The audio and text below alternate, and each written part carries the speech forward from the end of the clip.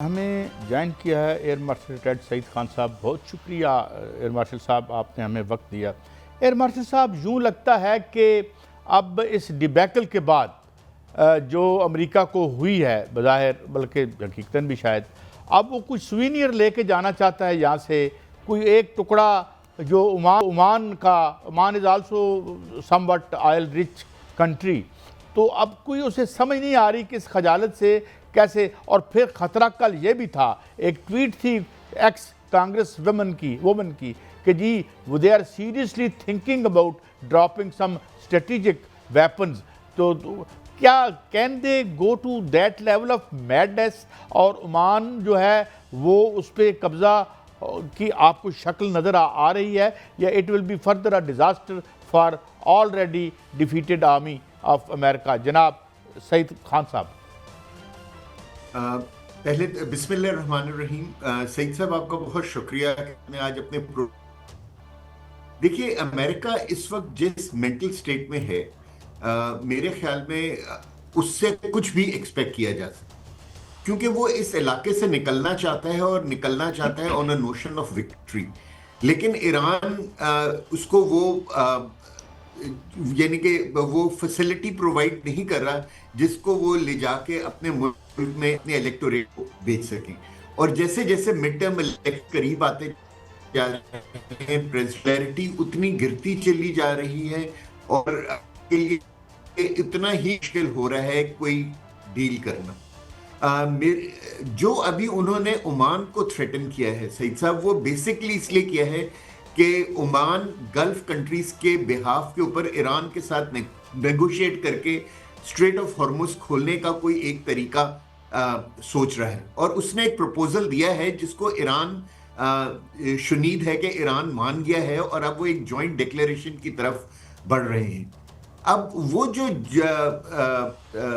उन्होंने जो एक डील की है ओमान और ईरान ने, उसको गल्फ कंट्रीज की पूरी बैकिंग हासिल है।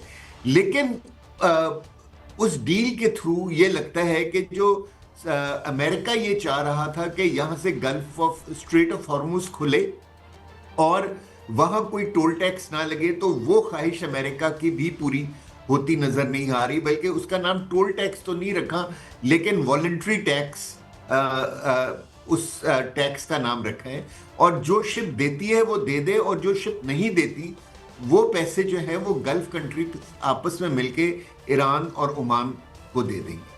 सो ये एक बड़ा प्रैक्टिकल और वर्केबल था सॉल्यूशन, इसलिए कि जो गल्फ कंट्रीज है ना, वो बहुत ज्यादा इकोनॉमिकली इफेक्ट हुई हैं इस सारी जंग में। और अमेरिका सब कुछ कहने और करने के बावजूद भी स्ट्रेट ऑफ हॉर्मुज को नहीं खुलवा सका। और जैसे जैसे वक्त गुजर रहा है, उनकी इकोनॉमी बहुत बुरी तरह शटर हो रही है। सो मैं आपके इस तज्जिए से एग्री करता हूं कि आगे आने वाले दिन जो है वो अमेरिका के लिए अच्छे नहीं है। जहां तक स्ट्रेटेजिक वेपन की बात है, अमेरिका से एक्सपेक्ट कुछ भी किया जा सकता है। 1945 में उन्होंने स्ट्रेटेजिक वेपन इस्तेमाल किया था जंग बंद कराने के लिए, और उसके यानी कि जब 2 एटॉमिक बॉम्ब्स गिरे थे तो फिर वर्ल्ड वॉर 2 खत्म हुई थी। लेकिन मेरा ख्याल है कि यहाँ उनके लिए करना इसलिए मुश्किल हो जाएगा कि अनलाइक जापान जो है ना, ईरान और गल्फ कंट्रीज के दरमियान फासला बहुत कम है।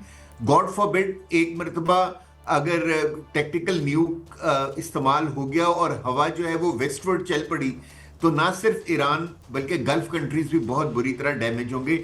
सो मैं नहीं समझता कि गल्फ कंट्रीज जो हैं वो ये अलाउ करेंगी, और वो अपने इन्फ्लुएंस को इस्तेमाल करेंगे, वो अपने इस इन्फ्लुएंस को इस्तेमाल करेंगे अमेरिका के ऊपर कि वो ये हरगिज क्या कहते हैं न्यूक्लियर वेपन्स इस्तेमाल ना करें। जी मियां साहब।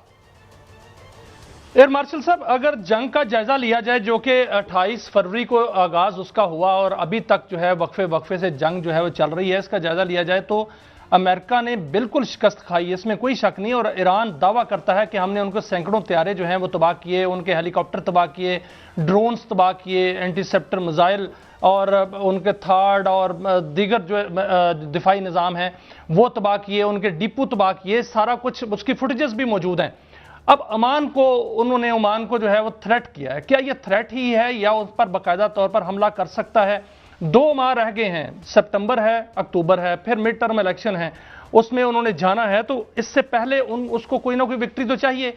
आज ताज़ा तरीन बयान आया ट्रंप का कि हमने जो नाकाबंदी जारी रखनी है और कोई जो है अपना हरमोज जो है वो नहीं खोल रहे, और दूसरी तरफ ईरान कहता है कि बहुत जल्द आपकी गलतफहमी दूर हो जाएगी।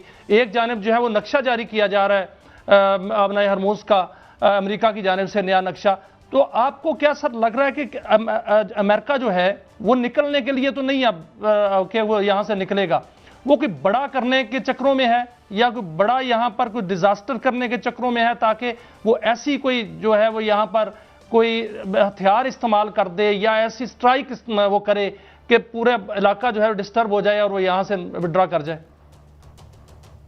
देखिए, मैं 2 चीजों की तरफ मैं आपकी तवज्जो दिलाना चाहूंगा। एक तो यह है, जो आपने जिस खतरे का इजहार किया है उस खतरे से कोई इनकार नहीं कर सकता।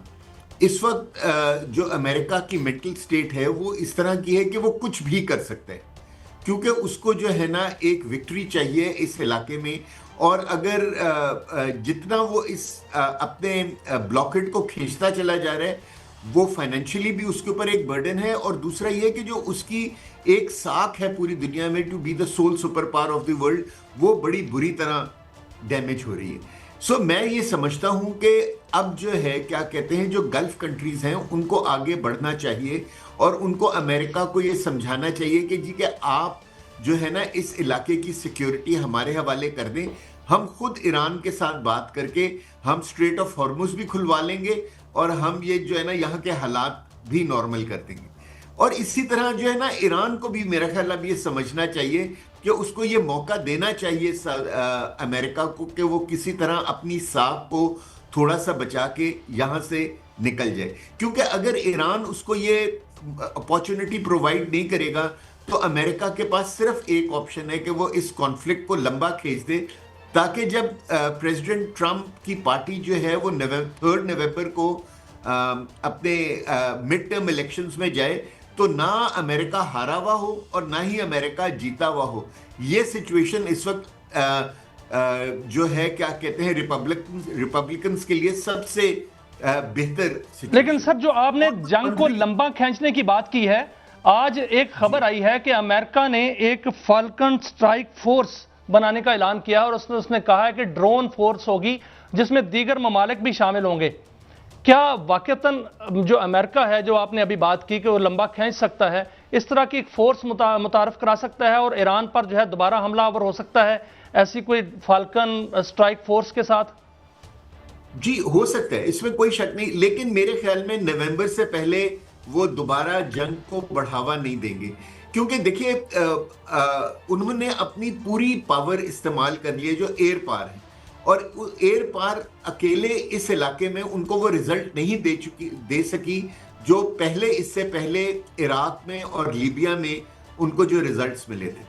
और वो यही सोच कर आए थे कि जी कि हम इतनी बड़ी एयर पार लेके जा रहे हैं, हम 3-4 दिन में इतनी बॉम्बिंग करेंगे कि ईरान के अपने घुटने टेक देगा। लेकिन अब उनको एहसास हो गया कि ईरान को वो सिर्फ एयर पार से डिफीट नहीं कर सकते। अगर उन्होंने ओमान के ऊपर या ईरान से कोई किसी चीज पे कब्जा करना है, जैसे स्ट्रेट ऑफ हॉर्मुज या उनके किसी पोर्ट के ऊपर कब्जा करना है, तो उनको बूट्स ऑन ग्राउंड करने पड़ेंगे। और बूट्स ऑन ग्राउंड का मतलब है कि डेड बॉडीज फिर काफी तादाद में अमेरिका वापस जाएंगी। मेरे ख्याल में प्रेसिडेंट ट्रंप जो है वो इलेक्शन से पहले डेड बॉडीज अमेरिका नहीं लाना चाहेंगे। डिपेंडिंग ऑन टू के मिड टर्म इलेक्शंस का रिजल्ट क्या होता है, फिर जो 3rd phase of war decide होगी। अगर तो प्रेसिडेंट ट्रंप जीत गए मिड टर्म इलेक्शंस और रिपब्लिकन्स ने अपनी मेजॉरिटी को कायम रखा, तो फिर आप देखेंगे कि अमेरिका एक बहुत बड़े अटैक करने के लिए दोबारा आएगा।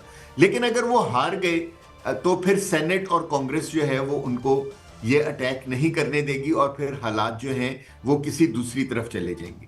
लेकिन मैं आप दोनों को जो एक और चीज बताना चाहता हूं वो ये है कि इस जंग का अगर कोई सोल बेनिफिशियरी है तो वो इजराइल है।